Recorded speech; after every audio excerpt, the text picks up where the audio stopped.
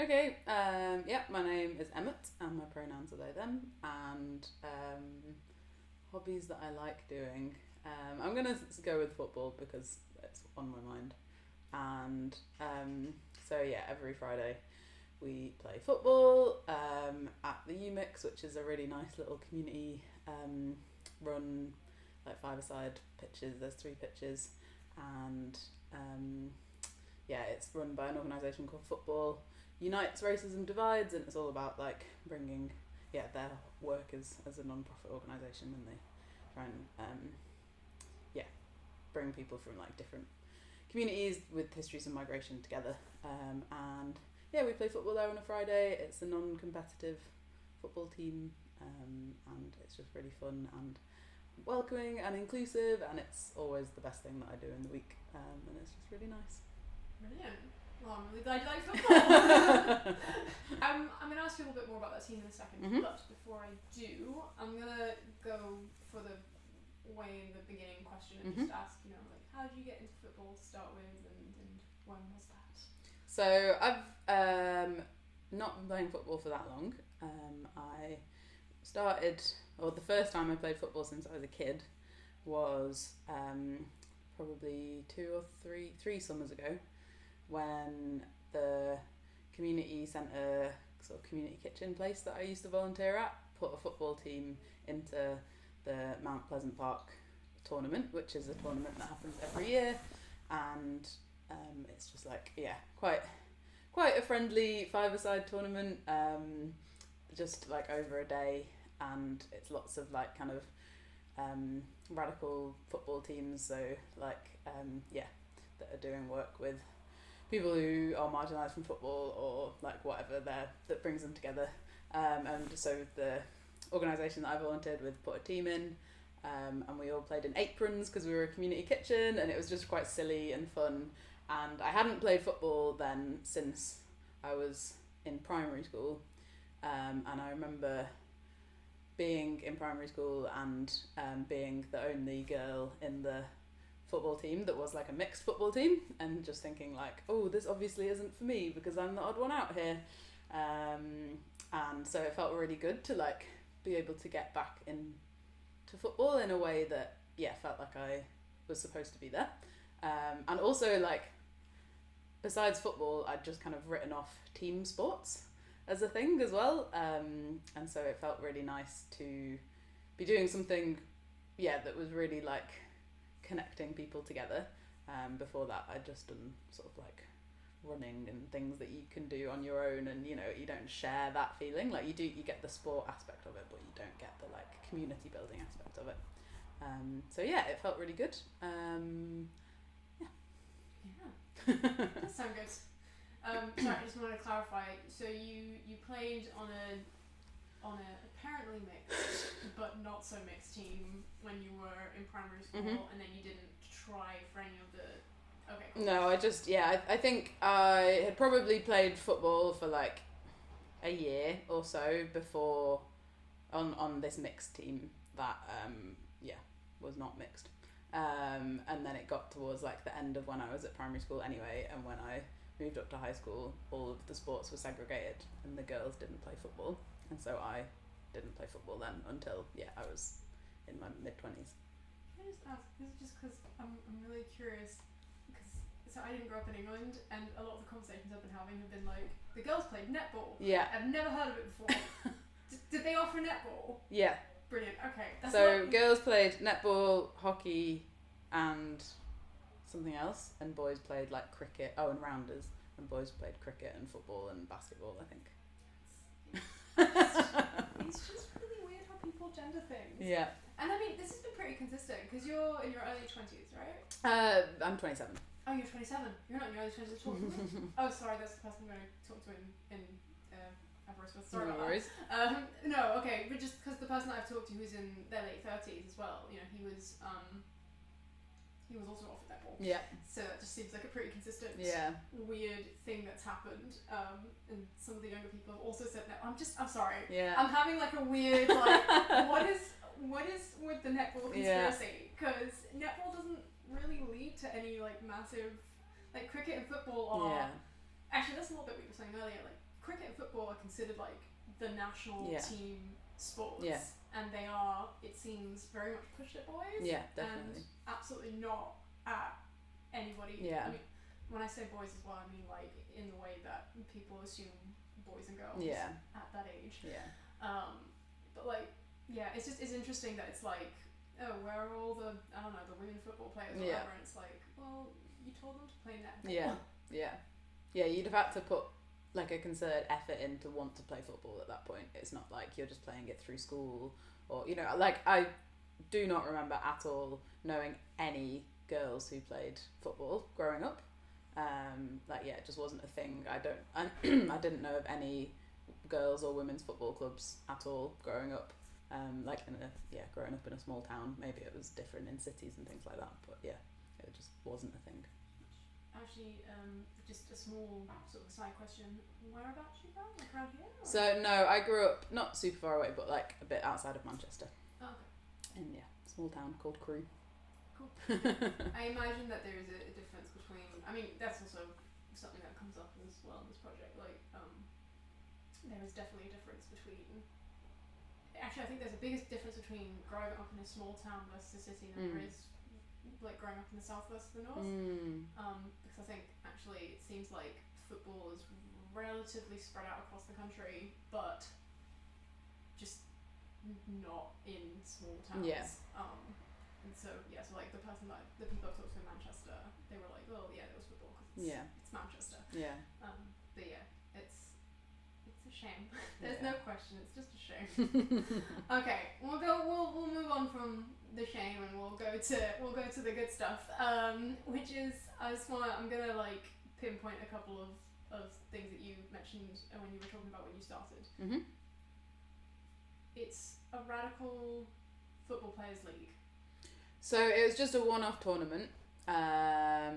For, I guess I should have like checked how they described themselves, but it's like Mount Pleasant Park. The idea of their football club is that they're like an abolitionist football club, so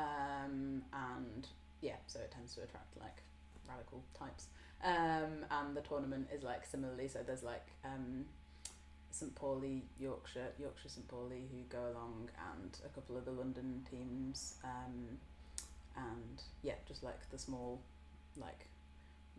radical football teams, and so we just put a team in, not coming, we didn't like practice or anything like that. It was just like a group that was got together.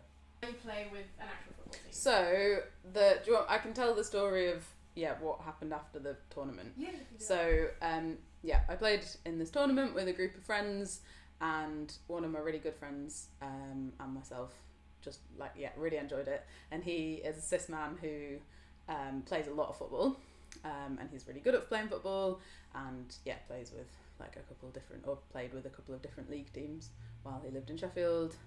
And we just decided that we'd enjoyed it so much that we wanted to get people together to do the same thing regularly, just making it a really chill space where anyone could come along, similarly to like the vibe of the tournament that we played in.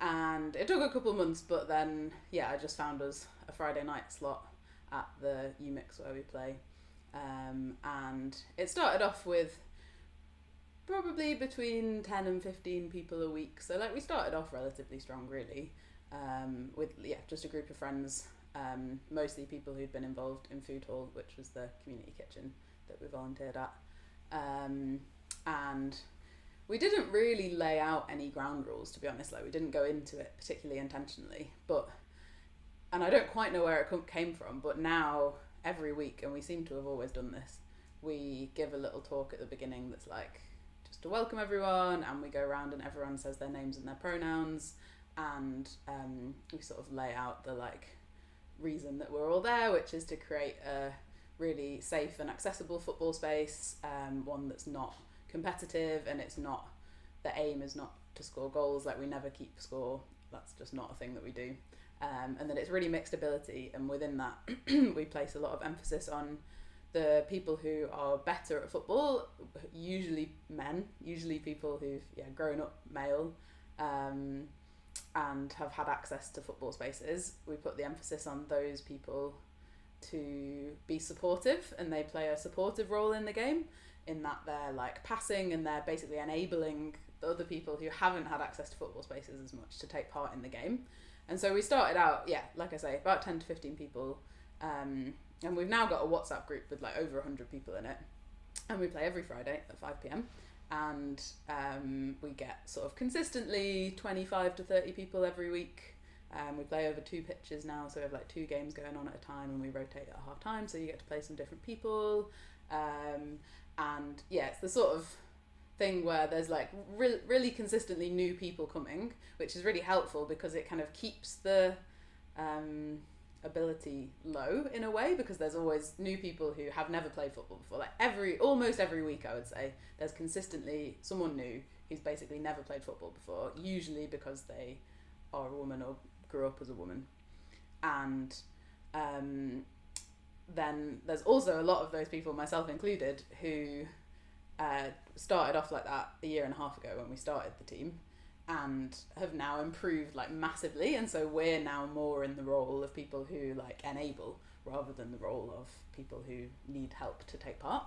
And yeah, really consistently people who come along for the first time like say that they've had a really great time, and it was like a really nice space, and they'd never played in an environment like that before.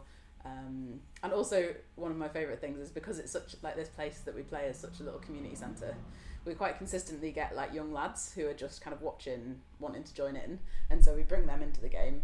And I think for them it's often quite a weird experience that like no one's keeping score, and sometimes play will just like stop so that someone can have something explained to them, like if there's a corner and they don't understand why it's a corner or something like that, they'll just we'll take a little bit of time to explain that, or things like this. And I think that at least I find it really nice that there's like ways that people who don't intentionally come along to that space are like starting to be affected by it, by just us bringing usually like kids into the game, and sort of having to explain the ground rules to them, and then immediately they just, or usually sometimes we have to tell them to slow down a bit but almost always they're like, they just crack on with the vibe of it, and it's really nice. Okay, because I was just like, oh, there's so much cool stuff to go into there, but like the ethos of that is so good. It's really nice. Okay, well, I guess first of all, just smaller clarification questions or whatever.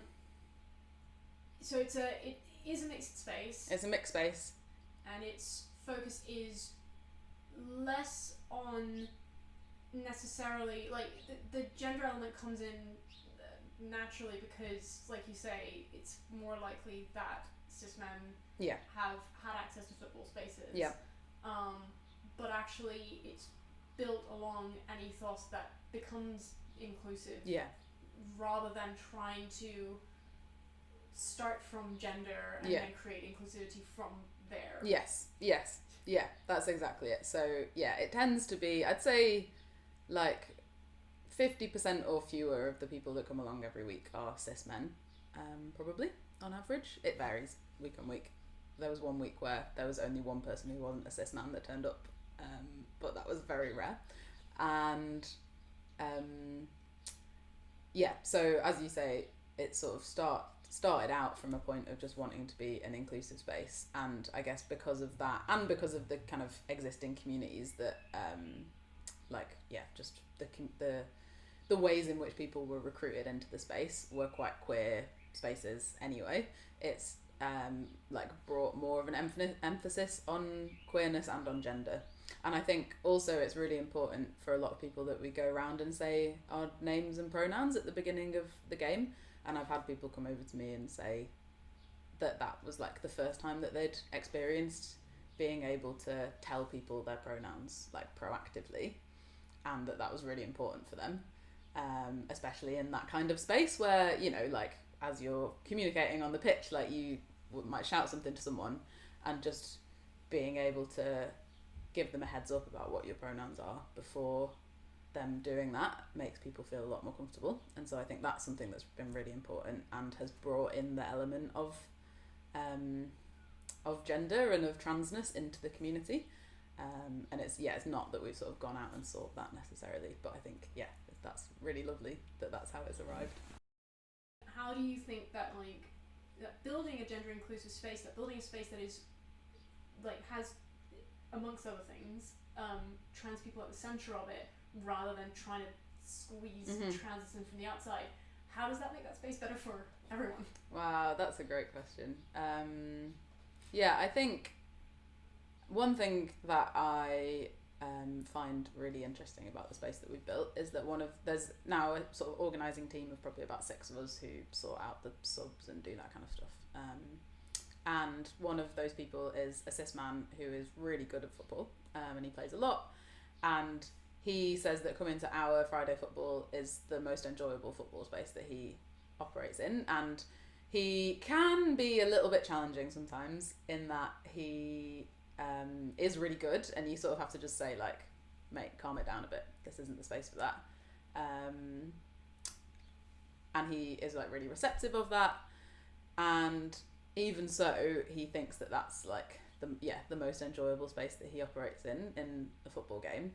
And then on the other end of that, we have, a lot of cis women who come along who feel like this is one of the only spaces in which they can play football. And it's not like we're putting any emphasis on it being a explicitly trans space. It's that it's a space for everyone, and because of that, it invites people who in lots of different ways are marginalised from traditional football spaces.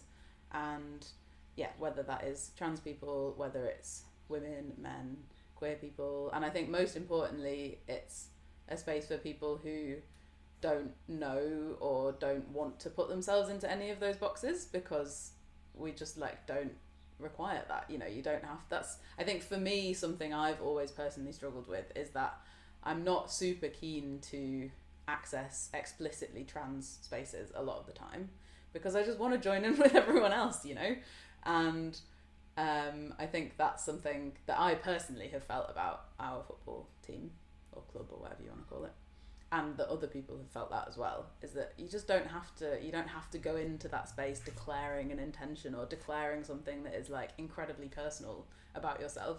You just go into it as whoever you are on that given day, and you interact with the other people however they are on that given day, and what it's co-created between those people. It's not, you don't have to sort of put up any walls around yourself or I do know about St. Halley's, vaguely. I haven't spoken to somebody who's specifically played with them, but I've spoken with somebody who's played in a competitive space with them that was based in radical abolitionist and pro-migrant politics. I think there's a whole league that's built around that, right? Yeah, I think so. I don't know if you've participated in any of that or... No, it's because, Mount Pleasant are the team in Sheffield that take part in that, I think. But I've not. I know, there's a bit of a crossover between our clubs, but they're, a bit more competitive than we are. And so we get some stragglers from that, and there's a bit of crossover, but I've not interacted with them. Okay, cool. So, hold on, just to figure out how to frame it. It's so you're not in the necessarily competitive side of it, but your politics are also based in sort of a similar thing. So it's not just because I'm obviously talking about the gender inclusive aspect of it, but I'm also very interested in the way that you make it inclusive for other reasons. And I'm just gonna be sure. It's me. I'm thinking I was really sure that I didn't mishear you earlier. But if I did, then you can just clarify. It's fine. It was the competitive space that you first played in just for fun with your with the soup kitchen team. What was that name? Did you give Food Hall? Oh, sorry. Did you also just call yourself? We were just called Food Hall. Okay, cool. There's one person I've talked to who joined in at a fun league with their fish and chip shop. So nice. That's great. So there's been a bit of community centres all over the place. Right. There's been a bit of everything. And that was the thing that was centred on migrants? So it was, I guess not explicitly, the centre where we play is called the UMIC Centre, and it's run by an organisation called Football Unites Racism Divides, and so they have an emphasis around bringing people of all races and ethnicities and however you want to divide it together to play football, and it's in a part of town that has a big migrant community, or like lots of different migrant communities, and so that's where we play. Gotcha. Sorry, I just wanted to clarify where the space was. Okay, now to get back to the team itself. Yeah. Or the club? I don't know what we are. Yeah, club. Yeah, club is probably better than team. We'll say club. Yeah. We'll stick with club. Okay. Does it focus on not just as a bad word, but like on like just building inclusive training spaces, or does it also, because you mentioned that you're not so competitive, so you don't do things like participate in leagues or do friendlies or things? So we don't explicitly do any competitive stuff. There are people who've like formed league playing teams from just coming along on a Friday. We've also participated in the Mount Pleasant Park FC tournament that happens every year since we started. So as our club, we've played in that league as well. One of the people who plays with us on a Friday came over to me afterwards and said that they have been enjoying it so much and they've been coming for a while and have been getting better, that they'd be really keen to do something a bit more competitive. And so now we're thinking about probably not on a regular basis to start off with, but every couple of months or something like that, just booking the pitch out on a Sunday afternoon or something and playing a bit more of a competitive game, but exclusively for people who don't have access to, or don't feel like they have access to those spaces. So it'd be a bit more exclusive of the people who play more football or who are better at football already, and it'd be more for what's generally the women and people who are socialised as women or for other reasons didn't have access to football spaces. I think we also have, this is a slight aside, one of the other aspects of what we talk about at the beginning of the game, or just what we bring into the game, is that people also are often ostracised from traditional football spaces because of their body size, and that can be quite a big aspect of our game, I think. Not a big aspect of the game, but just something that I think I've become aware of as someone who facilitates the space, is that can be another factor in which people don't feel able to access traditional football spaces and allows them to be able to access our space because they're not being sort of discriminated against because of their body size or shape or whatever, their physical characteristics. There's a lot of different reasons that somebody's body, I feel like I don't know if it's clumsy or not of me, but I have started thinking of it more in terms of just generally I'm thinking about like there are many ways that a body can be discriminated against. Yeah, there's like an ideal football body, right? And the further you get from that in like various different ways, whether it's to do with gender, whether it's to do with size, whether it's to do with ability or disability, there's various different ways in which you can deviate from the ideal football body, and the further you get from that, the less able you are to participate in football spaces. Do you when you do, because you do little matches just in the training, do you do those 5-a-side? It just depends how many people turn up. So we play 2 matches with, it's usually 5 or 6-a-side, and if it gets more than that, we usually have a 5th team that rotates in and out. And you do those like 15 minutes matches? We play for an hour, so we usually play about 20 minutes, have a little break, play another 20 minutes, and by the time we've faffed around at the start and end, that's our hour on the pitch up. Cool. I think for us it really just depends on, sometimes everyone will turn up and they'll have had an exhausting week and everyone will be really low energy, and because of the way that we play, you just roll with that energy, and I find that really nice. That's happened numerous times. Sometimes it'll be chucking it down and everyone's like, let's go, we're gonna run around in the rain, and that's also really nice. And so I think it varies, and sometimes you'll get someone who just wants to stay up front and stand around until the ball comes to them, and sometimes you'll get people who want to run up and down really fast, and because we don't really play positions, we have some rules just generally about how to conduct yourself, I guess, that mostly just to support people playing the game. Like we say, don't boot it right down the other end of the pitch if you get a goal kick or whatever, that kind of thing. But other than that, we don't really have any like set rules or positions or anything, and people are able to just play to how they're feeling on the day. That was actually going to be my next question. No, but yeah, because well, I guess I can ask it anyway. Even though you don't have, also, I just want to very quickly say, I played striker last week. I usually play defense. It was a very strange experience for me. I just wanted to clarify that because I was like, oh no, I have their expectations. Yeah. But do you have like, I guess nothing. Do you have a preferred position, or are you just like, actually, I really don't care where I am on the pitch? I guess I have very little understanding of football as it is supposed to be played. I don't really know the rules of football particularly well. Based on that, I would say I'm sort of a midfielder myself. I just kind of run up and down and be most helpful wherever I can. That's terrifying to me. So much running. Don't have that energy. Actually, yeah, okay, I can ask you that question as well, but I think I know where the answer's going to go, so Okay. I'll ask it anyway. Have you ever gotten involved in football as an audience member, or is it just around what you've built with this team that is what interests you? So the only time I've ever been to watch a football match, I think I was 11 and I was in the Scouts, and we were going to do a bucket collection to raise money for our Scout group. I've never been to watch football play professionally or grassroots or whatever. It's not something that interests me massively. But a load of people from our club did go and watch some of the Women's World Cup matches when they were on, and that was like a thing that was kind of coordinated through the WhatsApp group that we used to organise the Friday football. And that was really nice. I just personally don't have that much interest in going to watch football.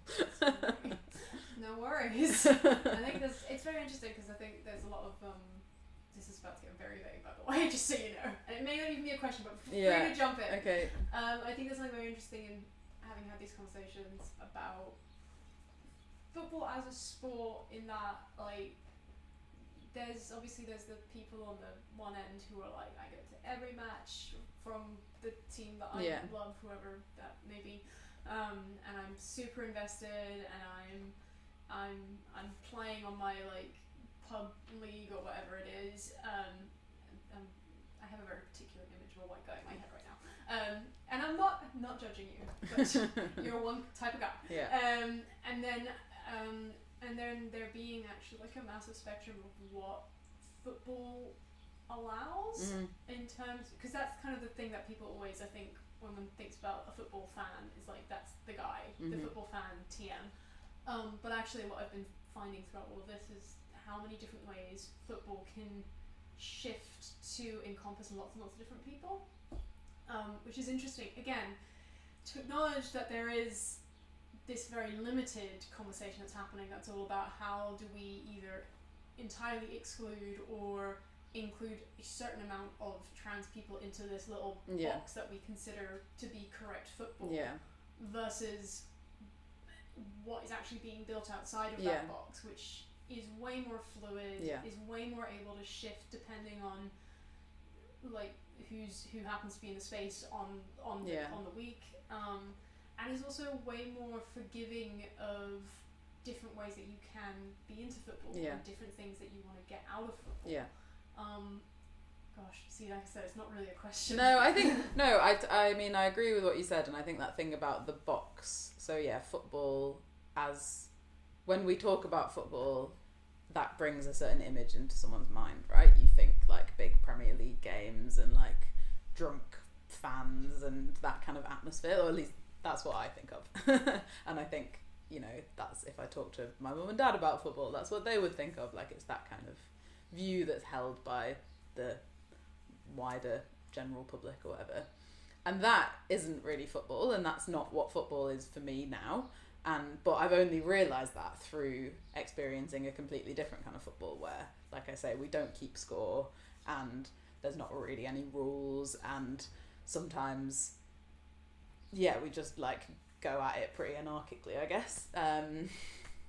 I think, it's really like, as you say, the conversation around gender in football and transness in football also only has this one kind of football in mind.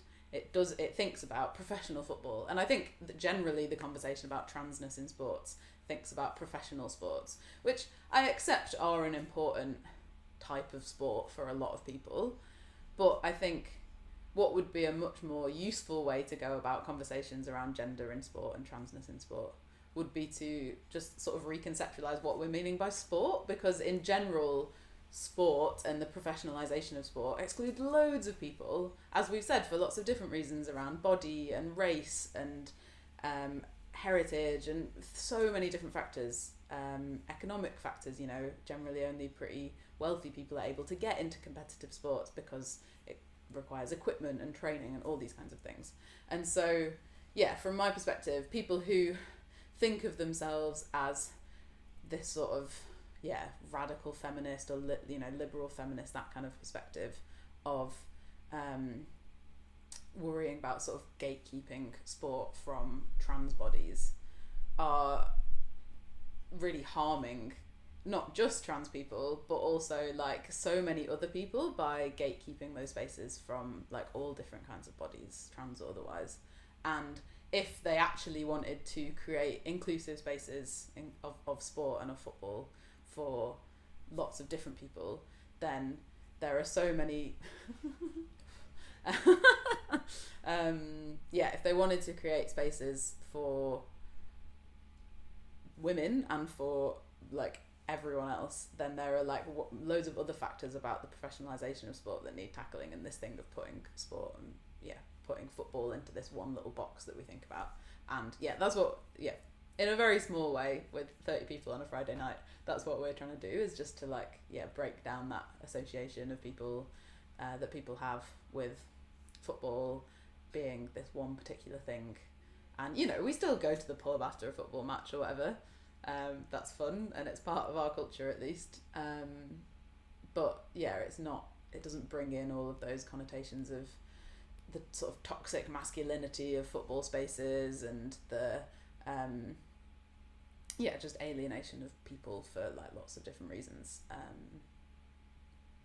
That was good. That was great. I mean, it's crazy, right, that this conversation is being had at a time when we're told there's like a obesity crisis, right?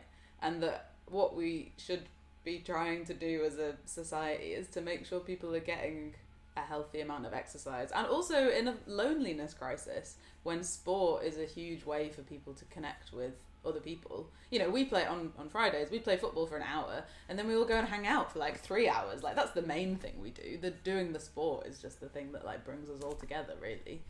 And like afterwards we'll go and get some falafel and then we'll go to the pub and everyone's having a great time and catching up with each other, and after having had a good run around. And that being on a Friday evening after work for me is like a really important way to launch into the weekend and to relax and unwind and all these sorts of benefits that sport brings. And as you say, sport played or performed at a really high professional level at the Olympics or the Premier League or whatever is just so unreachable for the vast amount of people, and it only pertains to such a tiny percentage of the population, when actually the majority of people who engage in sport are not professional athletes. They're just people who want to go and have a bit of a run around after they've been sat in the office all week or something like that.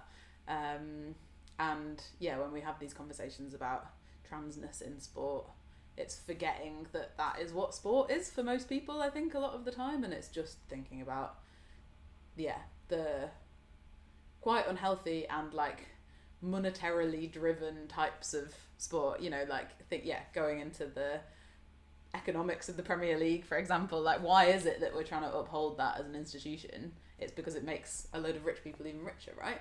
And if we strip that back and if we got rid of those kind of institutions, sport would be for everyone a lot more, and we would find ways in which sport could include everyone that wanted to take part in it.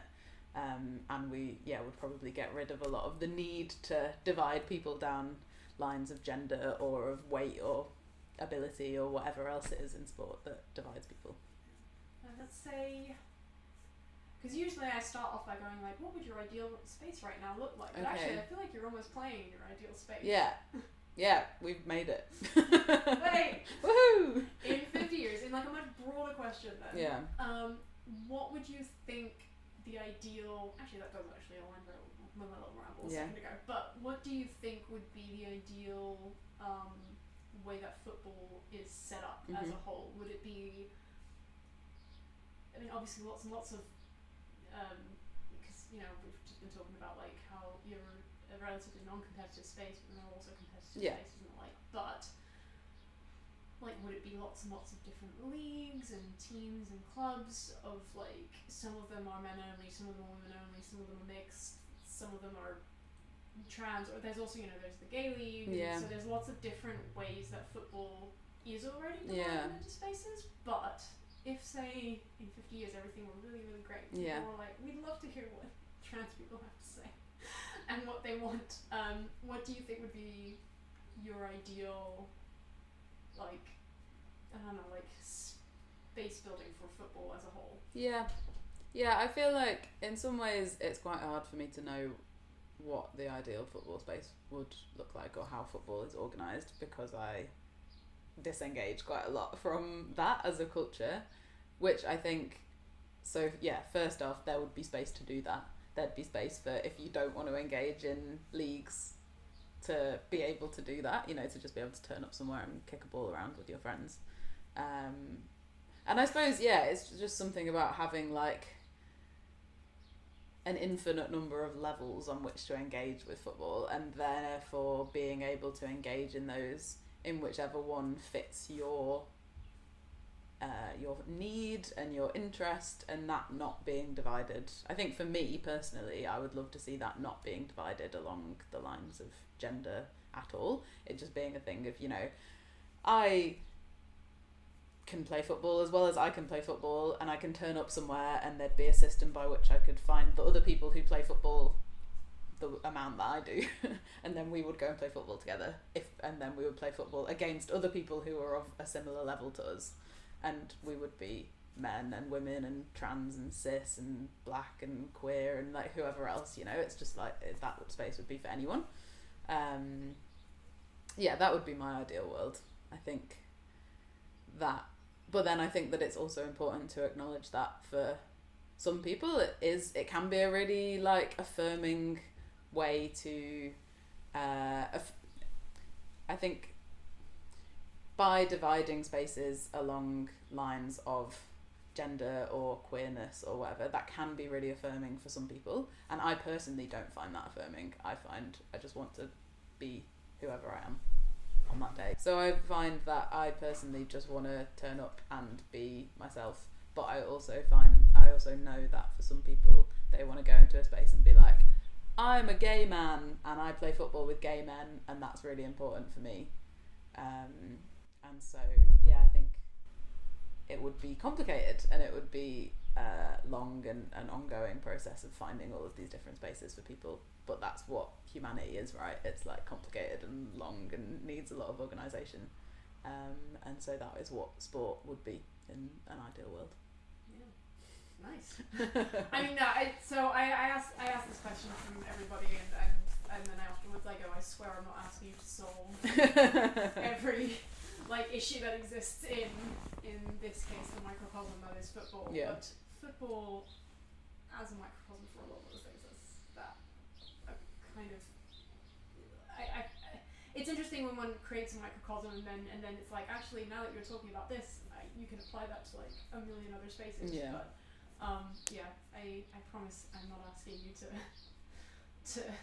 take this to the FA. Here are my rules. I mean, also because for me, I'm like, so I think the FA should be abolished as a governing body. I think the fact that we have a sort of almighty, like,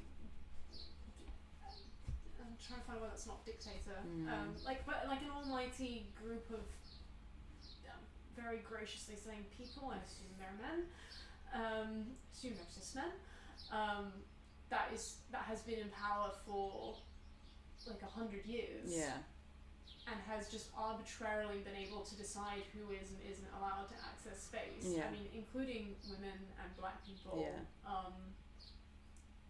like that. They're not gonna be the people who are enacting the change. It's your spaces like what you're building. I think that are building an actual change in how people engage, not just with not just with like being able to access space, but also I think a little bit what you were saying about like there are also I think a lot of people who thought that football was only one thing, and actually realised that again as a microcosm something entirely different can be built out. Told you I was gonna ramble. I mean, what I think is important about grassroots football is that it can be whatever it needs to be for whoever anyone wants it to be. So, yeah, as I was saying about football needing to be a million different things depending on who you are and what you're interested in, I think the reason that grassroots football is important over, like, football as most people would conceive of it is that it can be whatever it needs to be in different situations. And so, yeah, you can have teams like mine or clubs like mine that aren't competitive and people can go and take part in that if that's what they want to take part in. And for me, that is what I want to take part in. But you can also have leagues and tournaments and whatever else for people who want to take part in that. And you can have those centred around specific characteristics of identity, whether that's gender or race or queerness or whatever. And it'd be really, really hard to like codify all of that in one association that had rules that governed everything. Like that would just be so complicated to do. And yeah, therefore grassroots football allows us to be able to create what we want to be able to enjoy out of the sport, in a way that you just couldn't achieve if it was all based on some strict structures or rules or whatever. It's very trans philosophy. We're pulling trans philosophy and we're putting it in sports. Yeah, fuck you. Want grubby trans hands on football. Soon all of your players are gonna come out. Don't think it's gonna happen in men's football anytime soon, but we'll see. As we talked about, football is a made up sport. Like we made up the rules of it, just like we made up the rules of gender. Some people will disagree with that, I'm sure, based on people's physical characteristics. And I'm not saying that there aren't people with different types of bodies and that the way that we perceive gender is like one way to divide those bodies, but there's like so many other ways to divide those bodies, right? There's like people with a middle toe that's longer than their big toe or whatever, and the way in which we've constructed the rules around gender, and that people with one type of body do more domestic labour and people with another type of body do more physical labour, is exactly the same as the ways in which we've constructed the rules around sport. And if you really cling to those rules that we've constructed, like very recently, right? I will take it that gender has been around for way longer than football has been around, and therefore is a much more embedded set of rules. But in the same way, they're just arbitrary rules that we've assigned to something. There's nothing objective about them. And so, the queering of sport through saying that those rules aren't objective and that we can play by whatever rules we like, and we'll like borrow the ones that we are interested in, like we play with one ball and two goals, and like we maintain some of the structures of football because it's interesting for our game, and we get rid of the ones that we don't want, right? And that in that way, like the queering of the sport is something that becomes like really beautiful and really useful for people, and for other people they take on more of those rules and those structures because they want to, and that's interesting for them. And I have friends who play professional football or are really interested in that kind of stuff and like go along to big football matches, and I like them to hear about their stories and things. But it's not that I think that all of that is like terrible and should be banned. I think that a lot of people get a lot of joy out of it. It's just personally not for me. In the same way that I know that a lot of people get lots of joy out of being hyper feminine or hyper masculine, and I don't get a lot of joy out of either of those things really. And in that way, I think that is partly why our space appeals to a lot of people who generally don't fit into boxes. All right, we're slowly nearing end-ish. Okay. I've got a few closing ones. Yeah. First of all, I was wondering whether you could share with me just like an anecdote or story about something that has happened with you and your club that was funny or interesting, or you're just like, oh yeah, I want to share this one. I don't know what's happened. I feel like one of the things that I quite enjoy about it is that it's been. So as a person, this isn't necessarily an anecdote, but I'm just going to ramble on a little bit now. So yeah, I do quite a lot of organising work. I in like a variety of different spaces. I've done sort of like community organising work around food provision. I've done like climate organising within the labour movement. Currently my job involves organising agricultural workers, and in all of like a variety of different contexts and experiences of like trying to bring people together to build communities that can like envisage a different future than the way that we live at the minute. Doing this Friday football has felt in a lot of ways like the most powerful experience of that. In a completely unanticipated way. It's felt like the most tangible and most real occasion of like bringing people together and operating in the world differently to how we do on a day-to-day basis, and like a real sort of like lived example of that rather than just talking about it. And also the fact that it's like come about so organically within that. And I get really like I think partly because I helped to set up the space, I get really emotional about it and I'm like really tied to it, and I find it something that is just so beautiful. But at the same time, it doesn't occupy a lot of my head because I just don't have to think about it because it's so natural. And I think a lot of people maybe don't think about it in that way, but it's almost the fact that people don't have to think about it that is the most important thing, right? Because I think, at least from my experience, operating within sports spaces has been something that's created a lot of anxiety for me, and it's something that's like really lodged itself in my brain, and it takes a lot of emotional labour to engage with. And this football has been the opposite of that. It's an absolute joy. I love sorting out the subs on a Monday morning. I love pestering people to pay me. I love being a bit stressed about no one turning up in the rain, and it's just like such a joy to take part in.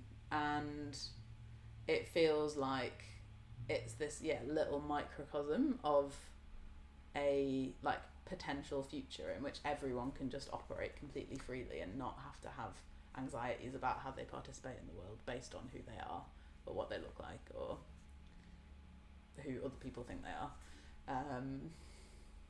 And yeah, so it's almost like when you said like think of an anecdote, or what's an anecdote, it's like nothing really came to mind because it's like such a like just relaxed space, and there's nothing dramatic that happens. There's nothing like we've like occasionally someone gets hit in the face with football or something like that, and it happened, or people go over on their ankle or whatever. Nothing very serious has ever happened. Whenever something like that does happen, everyone just like comes together and gets the person an ice pack from the visitor centre or like whatever it is. And there's just nothing remarkable that has ever happened other than the fact that it happens every Friday. The fact that it exists. Yeah.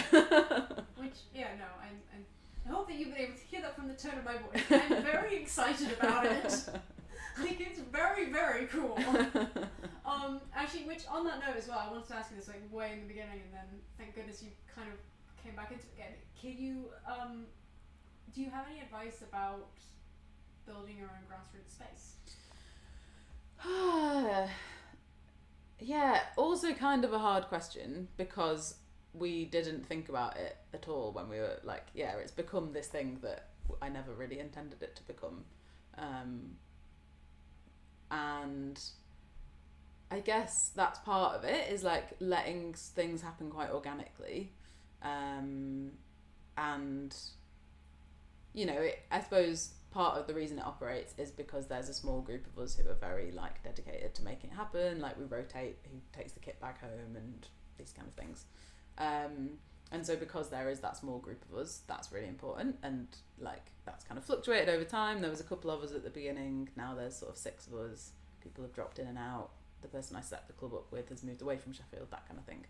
And so, yeah, just having a group of people who can help to keep things on track is really important. So I suppose that's a piece of advice, like find like-minded people to go about it with, and I'm sure they're out there, even if there's like one person sat on their own listening to this who feels like there's no one else who wants to do it with them, there is. And if you want help finding them, come and ask me, like we can find them together. And yeah, I guess from that, like as much as possible, I suppose letting things go in the like direction that the people involved want it to go in. Like if you have a vision of what you want to create, then yeah, you know, go about it in ways that enact that vision. But if you attract a load of people who want something that's quite opposite to that vision, I guess let those guys go off and do that thing and like move on and try and find some other people to help you enact that vision. Because I think, yeah, if you're sort of pushing against something, at least from my experience of doing this bit of organising, if you're pushing against something that doesn't want to happen, or the people engaged in it don't want it to happen, then yeah, what you could do is put loads of effort in to try and convince them otherwise, and that's fine, that's also very valid. But it's just football, it's just a game, and you're trying to go there to have fun, and like it shouldn't be horrible and it shouldn't be really hard work. There's other things in life that you can struggle more with, and that's very valid. But in this case, the whole purpose of it is that it, at least for me, is fun and enjoyable and gets me off my bum on a Friday afternoon. And so yeah, just not like trying to struggle against whatever is happening too much. And don't accidentally buy child-sized bibs from Decathlon and make everyone play in tiny little bibs that just about cover their nipples for the first 6 months.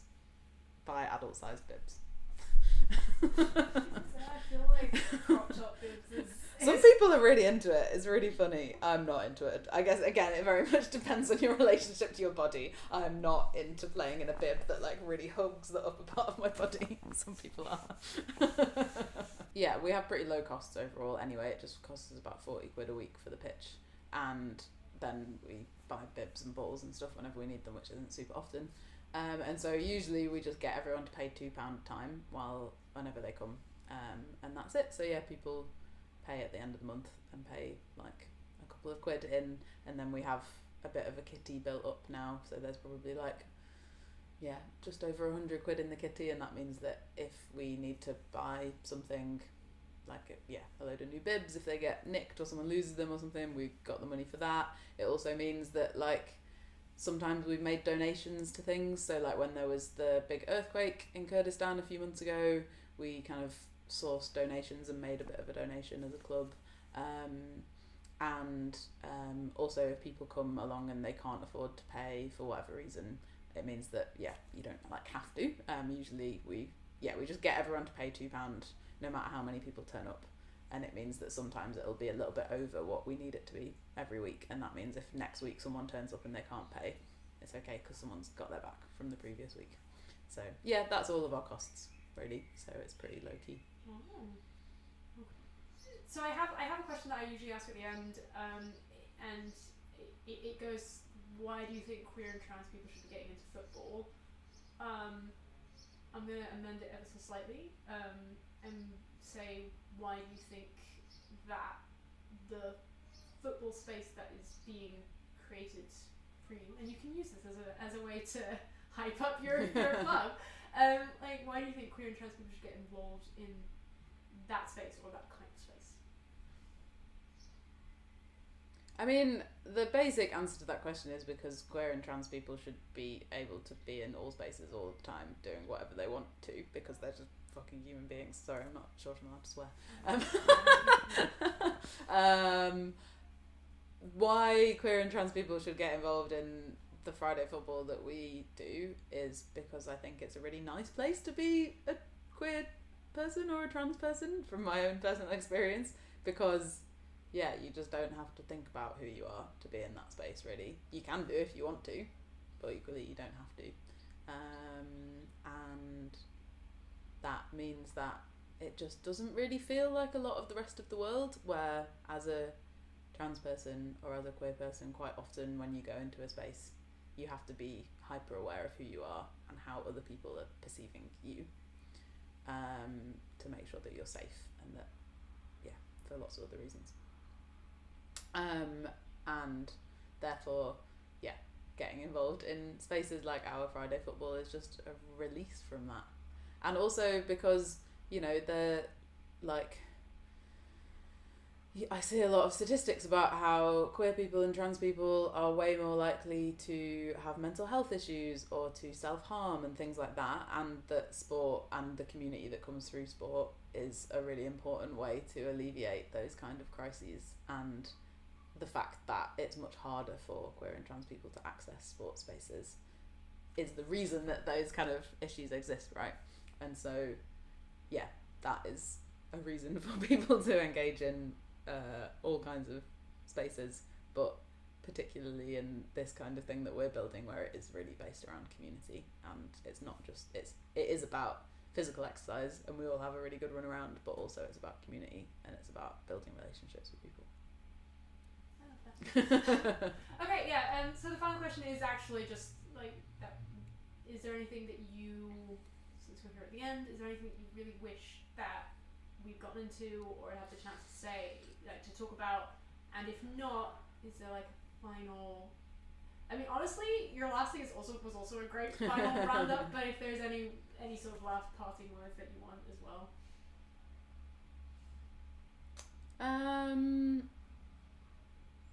I guess the thing that was coming into my head is just going back to, talking about how when we start football on Fridays, we always start with this little intro talk, and we talk about how if you're someone who's had access to football spaces before, this is a place for you to take a step back. And that's the first thing that gets said. That's the top of the talk. And I think that's been one of the things that's been most powerful for me, is having a space where I can say that out loud, because that's what I want all of the time, right? I want the white, cis, heterosexual men to take a step back and people who broadly fit into the dominant identity characteristics. And having built a space where I can say that out loud, and that's a really explicit part of our space, I think is one of the most powerful things about it. And maybe that is something that I would give as a piece of advice to people who are looking to create similar spaces, is you can just say it. You can just say it out loud, and you can have that as an explicit part of what you're trying to build. And if people don't want that, then they can just not be in it. And the people who do want to be in it are the people you want to be in it. I think that's just been something that I guess has been personally quite empowering for me, because I suppose I didn't know that you could just say it out loud, and that you could create the space that you wanted to. And for anyone else who doesn't think that you can, because we did it. Cool. I'm gonna stop now. Great. You did it. Thanks.